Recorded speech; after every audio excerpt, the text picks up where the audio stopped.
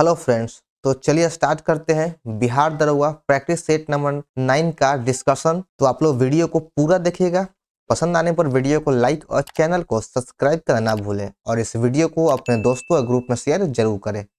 और इसका पीडीएफ आपको हमारे टेलीग्राम चैनल पर मिल जाएगा, जिसका लिंक डिस्क्रिप्शन बॉक्स में दिया गया है। तो आइए देखते हैं सेट नंबर 9 का पहला क्वेश्चन। इसमें कहा गया है कि पूरा पाषाण काल का विस्तार 2 मिलियन वर्ष पूर्व से लेकर लगभग 12,000 वर्ष पूर्व तक है। इस समय की इस लंबी अवधि को आरंभिक, मध्य और उत्तर पुराषाण काल में विभाजित किया गया है। इसको 3 भागों में बांटा गया है। समय की यह लंबी अवधि मानव इतिहास का डैश प्रतिशत कवर करता है, यानी मानव इतिहास का कितने प्रतिशत को जो है यह समय अवधि कवर करता है। तो यह लगभग 99% मानव इतिहास को यह कवर करता है, यह पूरा समय अवधि। तो एक का हो जाएगा 2 नंबर। चलिए आगे बढ़ते हैं। अगला प्रश्न, निम्नलिखित में से किस भारतीय शहर का संबंध संगम साहित्य से है?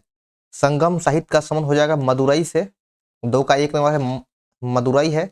बाकी आपका कोई भी ऑप्शन संगम साहित्य से संबंधित नहीं है। किस साम्राज्य की स्थापना 322 या 321 ईसा पूर्व में महान सम्राट चंद्रगुप्त मौर्य के द्वारा किया गया है? तो यह सिंपल सी है कि मौर्य वंश की स्थापना चंद्रगुप्त मौर्य के द्वारा किया गया था, जिसकी स्थापना 322 या 321 ईसा पूर्व, जो भी एक हो, इसमें इस ईसा पूर्व में किया गया था। निम्नलिखित मुगल शासकों में से कौन एक कवि भी था? कौन है जो पूरे मुगल वंश में एक कवि भी रहा? यह था बाबर। बाबर एक मुगल वंश का संस्थापक है, जो मुगल वंश की स्थापना पानीपत के प्रथम युद्ध 1526 ईस्वी में हुआ था, और यह एक कवि भी है। आगे देखिए कि निम्नलिखित में से भगत सिंह के उस साथी का क्या नाम है जिन्होंने उनके साथ 8 अप्रैल 1929 ईस्वी को दिल्ली में केंद्रीय विधानसभा में बम फेंका था? यानी भगत सिंह का साथ किसने दिया था दिल्ली असेंबली में बम फेंकने में? वह थे बटुकेश्वर दत्त। 5 का 1 हो जाएगा, बटुकेश्वर दत्त साथ दिए। आगे 6 नंबर, किस अधिनियम के द्वारा भारत में ईस्ट इंडिया कंपनी के व्यापार एकाधिकार को समाप्त कर दिया गया और भारत के साथ सभी ब्रिटिश विषयों से संबंधित व्यापार के दरवाजे खोल दिया गया था? तो जो ब्रिटिश ईस्ट इंडिया कंपनी के जो था व्यापारिक एकाधिकार को 1813 ईस्वी में समाप्त करने की कोशिश किया गया, तो इसमें भी समाप्त किया गया। आंशिक रूप से चाय और चीनी को छोड़ दिया गया था और 1833 ईस्वी के अधिनियम के द्वारा ईस्ट इंडिया कंपनी के व्यापारिक एकाधिकार को पूरी तरह से समाप्त कर दिया गया था। तो आइए ऑप्शन को देख लेते हैं। इसमें 1813 हो जाएगा, इसमें शुरुआत किया गया था। सिर्फ चाय और चीन को छोड़ दिया गया था। चेन्नई नगर निगम भवन का नाम ब्रिटिश भारत के किस वायसराय के नाम पर रखा गया है? तो इसका नाम लॉर्ड रिपन के नाम पर रखा गया था। 7 का 4 हो जाएगा। आगे देखिए, शिमला समझौता पर किसने हस्ताक्षर किया था? शिमला समझौता पर इंदिरा गांधी और जुल्फिकार अली भुट्टो ने दोनों ने समझौता किया था। तो शिमला समझौता बहुत ही है, आजादी से पहले भी है, तो ये बहुत तरीकी है। समझौता शिमला में हुआ था। तो ये आजादी के बाद का है कि इंदिरा गांधी और जुल्फिकार अली भुट्टो के बीच समझौता हुआ था। फैजाबाद अयोध्या में 1857 के विद्रोह का नेतृत्व किसके द्वारा किया गया था? 1857 ईस्वी का विद्रोह जो हुआ था वह फैजाबाद में किसके द्वारा किया गया? तो यह हो जाएगा कि मौलवी अहमदुल्ला के द्वारा फैजाबाद में 1857 ईस्वी के विद्रोह का नेतृत्व किया गया था। आगे देखिए, रम्मान यह इस राज्य का धार्मिक समारोह है और अनुष्ठान नाटक कला है। तो जो रम्मान है वह किस राज्य का धार्मिक समारोह या अनुष्ठान है? तो यह उत्तराखंड का हो जाएगा। उत्तराखंड इसका सही उत्तर है। चलिए आगे है कि स्वतंत्रता, समानता और भ्रातृत्व या फिर बंधुत्व भी कहते हैं पद किस साथ प्रकाशन में आया था? ये जो तीनों शब्द है, स्वतंत्रता, समानता और भ्रातृत्व या बंधुत्व, यह किस देश से हमारे संविधान में लिया गया है? तो यह फ्रांस की क्रांति से संबंधित है और यहीं से लिया गया था। 11 का 2 नंबर हो जाएगा। आगे देखिए कि वाटरलू के युद्ध में किसने नेपोलियन को परास्त किया था? वाटरलू का युद्ध 1815 ईस्वी में नेपोलियन और ड्यूक के बीच में हुआ था। तो 12 का 2 नंबर हो जाएगा, वेलिंगटन के ड्यूक। आगे देखिए, भारतीय संविधान का कौन सा अनुच्छेद राज्य को नागरिकों के लिए समान नागरिक संहिता के लिए प्रयास करने का निर्देश देता है? समान नागरिक संहिता का उल्लेख अनुच्छेद 44 में किया गया है। अनुच्छेद 44, इसको याद ऐसे रखना है कि 44 दोनों समान है, इसलिए समान नागरिक संहिता, और यह सबसे पहले यानी गोवा में समान नागरिक संहिता शुरुआत से ही लागू है। अगला प्रश्न 14 नंबर, भारतीय संविधान में किस संशोधन अधिनियम के द्वारा शिक्षा का अधिकार समाहित है? शिक्षा का अधिकार किस संशोधन के द्वारा जोड़ा गया था? तो यह 86वां संविधान संशोधन 2002 ईस्वी में इसको जोड़ा गया। तो 14 का 3 हो जाएगा। आगे देखिए 15 नंबर, भारत सरकार ने 2007 में किसकी समीक्षा और सिफारिश करने के लिए, यहाँ पे पंछी नहीं पूंछी आयोग होगा, पूंछी आयोग को नियुक्त किया था? तो यह केंद्र और राज्य के बीच संबंध, केंद्र और राज्य के बीच के संबंध की समीक्षा या सिफारिश के लिए पूंछी आयोग का गठन किया गया था। और केंद्र और राज्यों के बीच संबंध के लिए सरकारीय आयोग का भी नियुक्ति किया गया था। भारत के संविधान में कितनी भाषाओं को मान्यता प्राप्त है? तो हमारे संविधान में 22 भाषाओं को मान्यता दिया गया। 16 का 2 हो जाएगा। मूल संविधान में 14 भाषाएं थी, उसके बाद अभी 22 भाषाओं को मान्यता दिया गया है। भारतीय संविधान के अनुच्छेद 25 से 28 के अनुच्छेद किस मौलिक अधिकार से जुड़ा हुआ है? तो अनुच्छेद 25 से 28 में धर्म की स्वतंत्रता या धार्मिक स्वतंत्रता का उल्लेख किया गया है। 17 का 2 नंबर हो जाएगा। समता या समानता का अधिकार 14 से 18 में किया गया है। शोषण के विरुद्ध अधिकार स्वतंत्रता का अधिकार 19 से 22 में किया गया। शोषण के विरुद्ध अधिकार 23 से 24 में किया गया। धर्म के स्वतंत्रता का उल्लेख अनुच्छेद 25 से 28 में किया गया है। राजनीतिक दल का कार्य क्या होता है? राजनीतिक दल का कार्य जनमत जुटाना होता है, यानी बहुमत प्राप्त करना, नीति विकल्प प्रदान करना और राजनीतिक शक्ति पर कब्जा करना। ये तीनों काम हो जाएगा। तो 18 का 4 है। आगे देखिए 19 नंबर, भारत का राजधर्म क्या है? यानी भारत का कोई एक राजधर्म है या नहीं? तो भारत का कोई भी एक राजधर्म नहीं है। तो 19 का 4 हो जाएगा। किस संविधान के अंतर्गत भारतीय नागरिक को निम्नलिखित में से कौन सी स्वतंत्रता प्राप्त नहीं है? तो संविधान के अंतर्गत भारतीय नागरिक को कौन सी स्वतंत्रता प्राप्त नहीं है? तो आइए ऑप्शन को देखते हैं। भाषण और अभिव्यक्ति की स्वतंत्रता यह भारतीय नागरिक को प्राप्त है और इसका उल्लेख अनुच्छेद 19 में किया गया है। संघ और समुदाय बनाने का स्वतंत्रता यह भी अनुच्छेद 19 के खंड में ही है। देश के किसी भाग में निवास करने या फिर आवागमन की स्वतंत्रता यह भी तीनों जो है 19 के खंड में ही किया गया है। सब 19 में ही है, ए बी सी डी करके बांटा गया है। तो ये सभी प्रकार के स्वतंत्रता है। तो ऑप्शन हो जाएगा ऑप्शन नंबर डी, उपयुक्त में से कोई नहीं। कांग्रेस पार्टी द्वारा गरीबी हटाओ का नारा निम्नलिखित में से किस लोकसभा चुनाव में दिया गया था? गरीबी हटाओ का नारा 1971 ईस्वी के लोकसभा चुनाव में दिया गया था। सर्वोच्च न्यायालय के मुख्य न्यायाधीश की नियुक्ति कौन करता है? सर्वोच्च न्यायालय के मुख्य न्यायाधीश की नियुक्ति भारत के राष्ट्रपति के द्वारा किया जाता है। 22 का 3 हो जाएगा। चलिए आगे बढ़ते हैं। आधुनिक समय में किस देश ने सर्वप्रथम महिलाओं को मतदान का अधिकार प्रदान किया है? आधुनिक समय में यानी वर्तमान समय में जो महिलाओं को वोट देने का अधिकार है वह न्यूजीलैंड देश के द्वारा दिया गया। 23 का 2 हो जाएगा। देखते हैं 24 नंबर, निम्नलिखित में से कौन सा क्षेत्रीय राजनीतिक दल नहीं है? नेशनल कॉन्फ्रेंस यह क्षेत्रीय ही है। इंडियन नेशनल लोक दल यह क्षेत्रीय पार्टी है। हरियाणा विकास पार्टी यह भी क्षेत्रीय पार्टी है। तो ये तीनों क्षेत्रीय है। तो ऐसा हो जाएगा उपयुक्त में से कोई नहीं। राष्ट्रीय पार्टी के रूप में है कांग्रेस और बीजेपी, ये सभी राष्ट्रीय पार्टी हैं। निम्नलिखित में से कौन सा ग्रह सूर्य की एक परिक्रमा करने में अधिकतम समय लेता है? सूर्य की परिक्रमा करने में सबसे अधिकतम समय बृहस्पति लेता है और ग्रहों में सबसे बड़ा बृहस्पति ही है। पारिस्थितिकी विज्ञान व्यवहार करता है। तो 26 का आंसर हो जाएगा ऑप्शन नंबर 3, जैविक तथा उनके पर्यावरण के बीच के संबंध के विषय में। यहाँ पे क्वेश्चन ऐसे होना चाहिए कि पारिस्थितिकी विज्ञान किसका अध्ययन करता है? तो जैविक और उनके पर्यावरण के बीच संबंधों के विषय में जानकारी उपलब्ध करता है या फिर अध्ययन करता है। आगे देखिए 27 कि निम्नलिखित में से कौन सी वनस्पति उच्च अक्षांश की वनस्पति मानी जाती है? कौन सी वह वनस्पति है जो उच्च अक्षांश की मानी जाती है? तो हो जाएगा पर्वतीय वन। 27 का 1 नंबर है। चलिए आगे देखते हैं 28 नंबर। इसमें कहा गया है कि भारत का वन्य जीव संस्थान कहाँ स्थित है? भारत का वन्य जीव संस्थान देहरादून में स्थित है। देहरादून इसका सही उत्तर है। चलिए आगे बढ़ते हैं। निम्नलिखित में से कौन पूर्वी तट का एक बंदरगाह नहीं है? भारत में देखिए ऐसे नीचे जो मैप है दक्षिण भारत का, इस तरफ पूर्वी तट है और यहाँ पश्चिमी तट है। तो पूर्वी तट का कौन सा बंदरगाह नहीं है?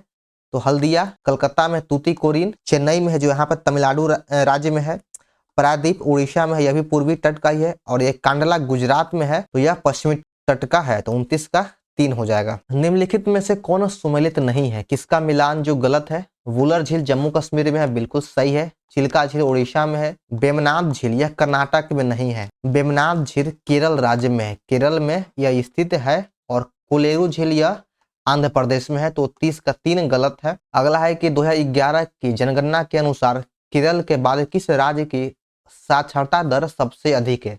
सबसे अधिक तो केरल का है, लेकिन केरल के बाद किस राज्य का है तो वह हो जाएगा मिजोरम। केरल के बाद मिजोरम की साक्षरता दर सबसे अधिक है। जम्मू कश्मीर की राजधानी श्रीनगर किस नदी के तट पे बसा है? श्रीनगर झेलम नदी के तट पे बसा हुआ है। 32 का 3 नंबर हो जाएगा। आगे देखिए 33 नंबर, संजय गांधी राष्ट्रीय उद्यान किस राज्य में है? संजय गांधी राष्ट्रीय उद्यान यह महाराष्ट्र में है। महाराष्ट्र में है तो 33 का 3 हो जाएगा। यह क्वेश्चन पहले भी सेट में आ चुका है। आगे देखिए 34, भारत सरकार के द्वारा शुरू किए गए 20 सूत्रीय कार्यक्रम का मूल उद्देश्य क्या था? 20 सूत्रीय कार्यक्रम का मूल उद्देश्य गरीबी उन्मूलन और जीवन स्तर को ऊपर उठाना, यही इसका मूल उद्देश्य था। भारत सरकार के द्वारा स्थापित एग्जिम बैंक, जिसे आयात निर्यात बैंक कहा जाता है, किस वर्ष में अपना परिचालन शुरू किया गया था? तो यह 1982 ईस्वी में इसका परिचालन शुरुआत हो चुका था। 35 का 3 हो जाएगा। आगे देखिए निम्नलिखित में से कौन सी योजना जीवन स्तर में सुधार लाने के उद्देश्य से है? इस योजना का उद्देश्य था जीवन स्तर में सुधार लाना। तो चौथी योजना जिसे पंचवर्षीय योजना भी कहते हैं, इसी में जीवन स्तर के सुधार लाने का उद्देश्य था। चलिए देखते हैं 37 नंबर, वर्ष 1997 में औद्योगिक पुनर्निर्माण बैंक ऑफ इंडिया IRBI नाम बदलकर क्या कर दिया गया था? तो इसको नाम चेंज करके भारतीय औद्योगिक निवेश बैंक लिमिटेड कर दिया गया। भारतीय औद्योगिक निवेश बैंक लिमिटेड IIBI कर दिया गया। तो इसका 3 सही है। चलिए आगे देखते हैं, महिला समृद्धि योजना भारत सरकार के द्वारा किस वर्ष में शुरू किया गया था? महिला समृद्धि योजना की शुरुआत 1993 ईस्वी में किया गया है। तो 38 का 4 सही हो जाएगा। आगे देखिए 39 नंबर, भारत सरकार द्वारा नवरत्न की अवधारणा किस वर्ष पेश किया गया था? जो नवरत्न की अवधारणा था वह भारत सरकार के द्वारा 1997 ईस्वी में प्रस्तुत किया गया है। चलिए देखिए आगे बढ़ते हैं। इसमें है कि दूसरी पंचवर्षीय योजना के तहत राउरकेला में इस्पात संयंत्र स्थापित करने में किस देश ने भारत की सहायता किया था? दूसरी पंचवर्षीय योजना के दौरान बहुत बड़े बड़े उद्योगों की स्थापना किया गया था, इस्पात संयंत्र की स्थापना किया गया था। तो उसी में एक राउरकेला है और यह किस देश की सहायता से स्थापित किया गया यह पूछ रहा है। तो इसकी स्थापना जर्मनी के सहयोग से किया गया था। भारत सरकार ने किस वर्ष में मुद्रा micro unit development and refinance agency bank की शुरुआत किया था? मुद्रा बैंक की शुरुआत भारत सरकार के द्वारा कब किया गया? तो इसकी शुरुआत 2015 ईस्वी में किया गया था। मुद्रा बैंक की शुरुआत। भारतीय बीमा विनियामक और विकास प्राधिकरण का मुख्यालय कहाँ है? तो इसका मुख्यालय हैदराबाद हो जाएगा। भारतीय बीमा विनियामक और विकास प्राधिकरण का मुख्यालय हैदराबाद है। 2 सही है। आगे देखिए 43 नंबर, भारत सरकार के द्वारा घोष समिति की नियुक्ति का विषय क्या था? यानी घोष समिति जो है यह किस लिए नियुक्त किया गया था? तो यह बैंकों के धोखाधड़ी में जांच के लिए घोष समिति को बनाया गया था। निम्नलिखित में से कौन सा नियम कहता है कि 2 बिंदुओं के बीच एक कंडक्टर से गुजरने वाली धारा 2 बिंदुओं के बीच संभावित अंतर के सीधे अनुपातिक है, बशर्ते कंडक्टर की भौतिक स्थिति और तापमान आदि में बदलाव न हो? तो यह ओम के नियम में कहा गया। ये जो सभी बात है यह ओम के नियम में है। तो इसका 3 सही है। यहाँ पर 45 में कुछ क्वेश्चन कट गया है। तो यहाँ पर क्वेश्चन यह था कि किसी द्रव की सतह का वह गुण जो उसे अपने अणुओं के सशक्त प्रकृति के कारण बाहरी बल का प्रतिरोध करने की सुविधा देता है, वह क्या कहलाता है? तो उसको पृष्ठ तनाव कहा जाता है। 45 का 4 हो जाएगा। यहाँ पर क्वेश्चन 2 लाइन कट गया है। आगे देखिए 46 नंबर, सूर्य, चंद्रमा और पृथ्वी के गुरुत्वाकर्षण स्थिति ऊर्जा में परिवर्तन को क्या कहा जाता है? तो इस परिवर्तन को टाइडल फोर्स या फिर ज्वारीय बल कहा जाता है। 46 का 2 हो जाएगा। अगला प्रश्न है कि उस विद्युतीय क्षेत्र का गुण क्या है जिसे बल की एसी विद्युत रेखाएं या फिर विद्युत क्षेत्र रेखाओं की संख्या के रूप में जाना जा सकता है, जो किसी दिए गए क्षेत्र को प्रतिच्छेद करती है? तो इसे क्या कहते हैं? तो इसको इलेक्ट्रिक फ्लक्स, विद्युत अभिवाह कहा जाता है। 3 इसका सही है। अगला प्रश्न है कि निम्नलिखित में कौन सा कथन सही है? चुंबकीय क्षेत्र में परिमाण तथा दिशा दोनों होता है। तो बिल्कुल गलत है, इसमें दोनों नहीं होगा। चुंबकीय क्षेत्र एक अदिश राशि है। किसी विद्युत धारावाही सीधी लंबी परिनालिका के भीतर चुंबकीय क्षेत्र के सभी बिंदुओं पर समान होता है। तो इसमें 2 नंबर केवल सही है। तो इसका आंसर देना है कूट में। इसमें केवल 2 सही है। आगे देखिए केल्विन और सेल्सियस स्केल निम्नलिखित में से किस कार्य से संबंधित है? तो यह टी केल्विन और सेल्सियस, देखिए अगर सेल्सियस से केल्विन में चेंज करना है तो सेल्सियस को 273 सेल्सियस में 273 जोड़ दीजिए, वो केल्विन में परिवर्तित हो जाएगा। तो यह 49 का 2 सही है। सीटेन संख्या का उपयोग निम्नलिखित में से किस ईंधन की गुणवत्ता को जांचने के लिए उपयोग किया जाता है? तो यह डीजल की गुणवत्ता की जांच के लिए सीटेन की संख्या का उपयोग किया जाता है। चलिए आगे 51 नंबर, यहाँ पे यह भी कट गया प्रश्न कि परमाणु घड़ी में टाइम कीपर के रूप में किस तत्व का उपयोग किया जाता है? परमाणु घड़ी में टाइम कीपर के रूप में किस तत्व का उपयोग करते हैं? तो इसमें सीजियम का उपयोग किया जाता है। 51 का 3 हो जाएगा। आगे 52 नंबर, भारत में निम्नलिखित में से किस धातु का पहली बार उपयोग किया गया था? किस धातु का पहली बार उपयोग किया गया? तो इसमें तांबा का उपयोग पहली बार किया गया था। जैविक नमूनों के संरक्षण के लिए औपचारिक रूप से प्रयुक्त तरल फॉर्मेलिन किस का एक विलयन है? तो यह फॉर्मल्डिहाइड का एक विलयन है। इसका 3 नंबर सही हो जाएगा, फॉर्मल्डिहाइड। आगे देखिए 54, विटामिन ए की खोज किस वर्ष किया गया था?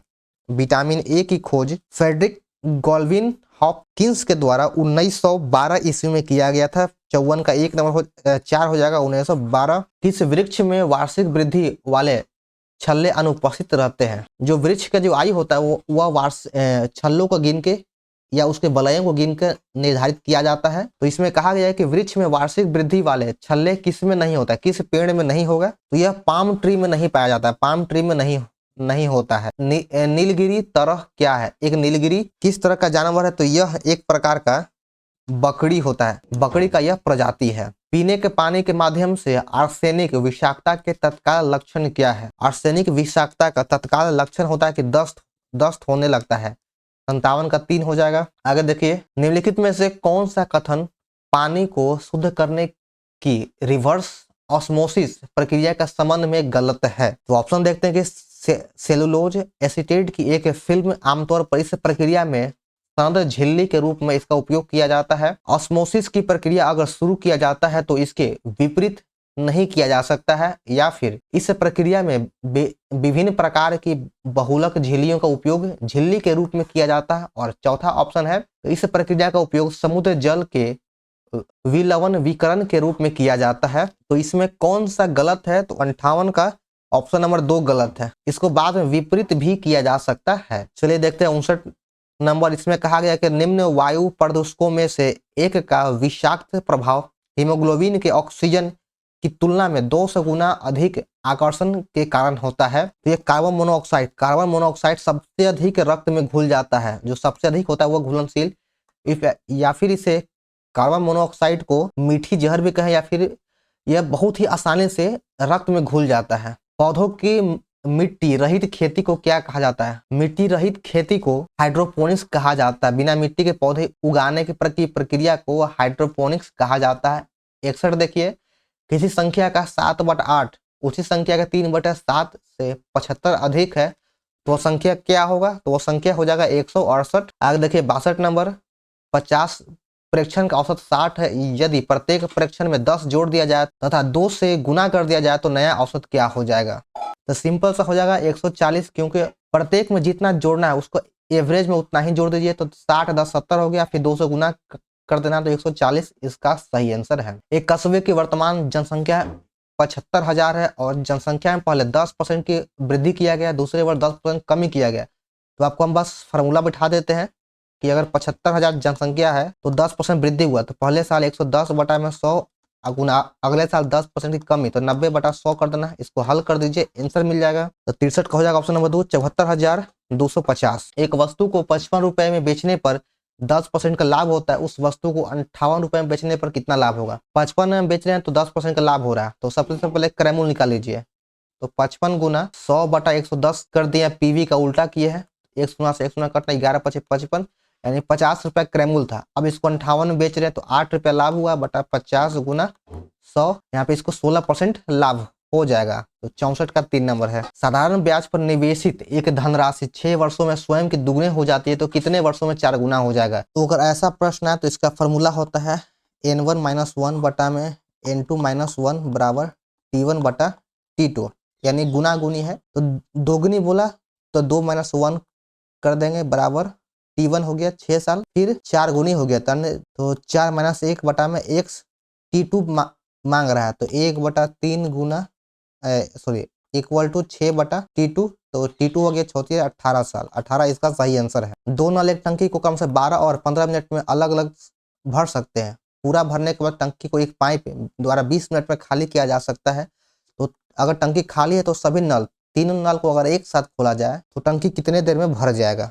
यहाँ पर भी क्वेश्चन ऊपर ऑप्शन कट गया है, इतना भारी बवंडर हुआ है। तो देखिए यहाँ पर 10 मिनट आएगा आंसर, 10 मिनट हो जाएगा। पहले भी हम बताए थे कि भीम का जोड़ से इसको आसानी से निकाल लेना है, ठीक है। आदि आदि शब्द युग्म का सही अर्थ क्या होता है, तो इसका सही अर्थ हो जाएगा आरंभ और अभ्यस्त। एक आदि का होता है इस आदि का, और सही से जो है उसका आरंभ, और जो दीर्घई से जो आदि होता है उसका अभ्यस्त होता है। इतिहास को जानने वाले के लिए एक शब्द का उपयोग करें, तो इतिहास के जानने वालों को इतिहास यज्ञ कहा जाता है। 68 का 3 हो जाएगा। अगला प्रश्न 69 नंबर, डेली तो आपको इसी में पैसिव से एक्टिव से पैसिव में बदलने के लिए ही आता है, तो 69 का हो जाएगा। 1 नंबर इस सही है इसका। 3 languages can be spoken fluently by robot. 2 question same रहता है, बस इनडायरेक्ट से या फिर एक्टिव से पैसिव में रहता है। तो 70 का यहाँ पर 1 नंबर इसका भी एक सही है।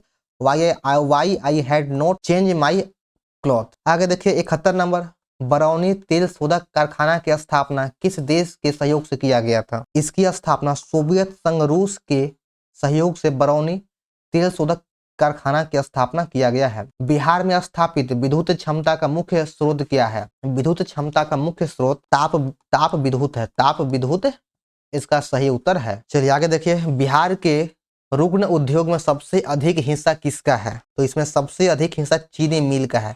73 का 3 हो जाएगा। 2011 की जनगणना के अनुसार निम्नलिखित में से किस राज्य में बाल लिंग अनुपात सबसे अधिक यानी उच्चतम है। बाल लिंगानुपात सबसे अधिक छत्तीसगढ़ राज्य में हो जाएगा, ऑप्शन के अकॉर्डिंग है। भारत के पहले गीगा स्केल सुपर कंप्यूटर का नाम क्या था, तो इसका नाम था परम 8000। परम 8000 भारत के पहले गीगा स्केल सुपर कंप्यूटर है। पाठ SMS ईमेल और चैट भाषा में RSVP का संक्षिप्त नाम क्या है, तो इसका संक्षिप्त नाम है कृपया जवाब दें, ऑप्शन 2 हो जाएगा। भारत का पहला डिजिटल जांच केंद्र कहाँ स्थापित किया गया था। भारत का पहला डिजिटल जांच केंद्र गुरुग्राम में स्थापित किया गया। 77 का 1 हो जाएगा।